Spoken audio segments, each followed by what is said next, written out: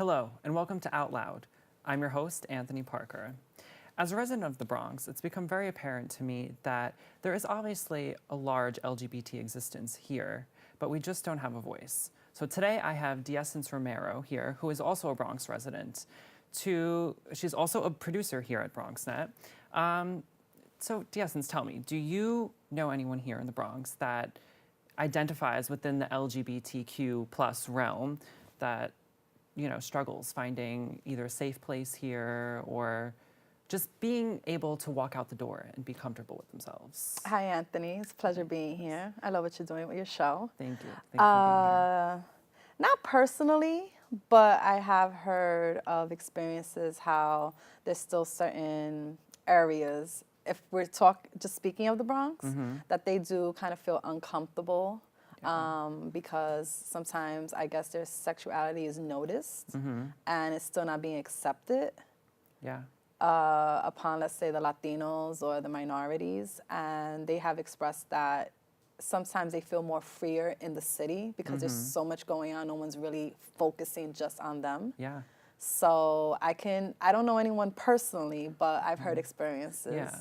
No, it's true. I mean, the city is a big place for people to go because there's so many different walks of life. Some people coming from all over the world, you know what I mean, to live there. And so it is kind of become like a safe haven for a lot of people. But I think it's also important that you have that safe place in your own community, you know what I mean, close to you. And so you have just a community of people that you can connect with that maybe have a similar life experience as you, or even just to learn about other, because the LGBTQ plus community has, there's those letters, but there's so They've much added in more. between. Didn't they add another letter? There are more, definitely. But, there are letters that aren't necessarily like gender nonconforming people or non-binary people who don't feel that they are necessarily either gender that was assigned to them, you know?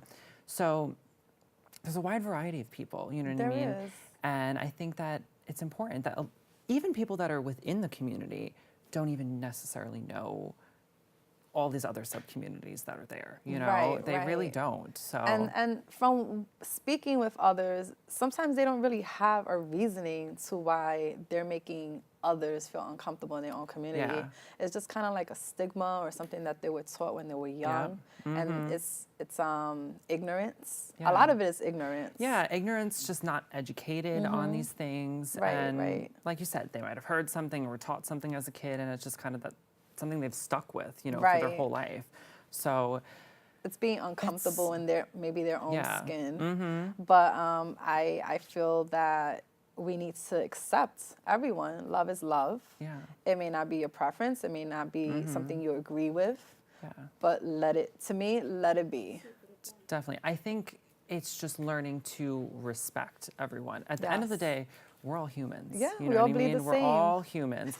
Everyone has a different walk. Yes. And, it's just really, I feel like humans tend to like to tell other humans what to do, how they should live their lives. Yeah.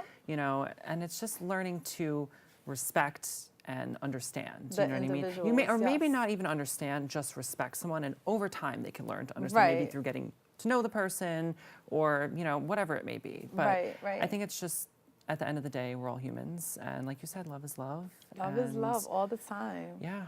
And, I think it's just important to bring awareness. Definitely. To the... Do you feel that the Bronx has some sort of stigma on it when it comes to that?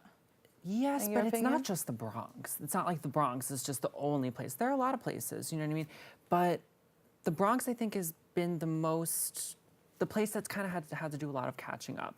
Yeah. So I've, they have some work to do. And, and this show will hopefully help guide in that. So thank you for being with us today. Thank you. And it's such a pleasure. And keep speaking out because the knowledge is it needs to be told. It's an important issue. The more we speak about it, the more people will be informed and not so scared of the difference. If there really is a difference. Well, thank you for being with us, D'Essence. Thank you. And thank you. Tune in to a next episode of Out Loud. Thanks.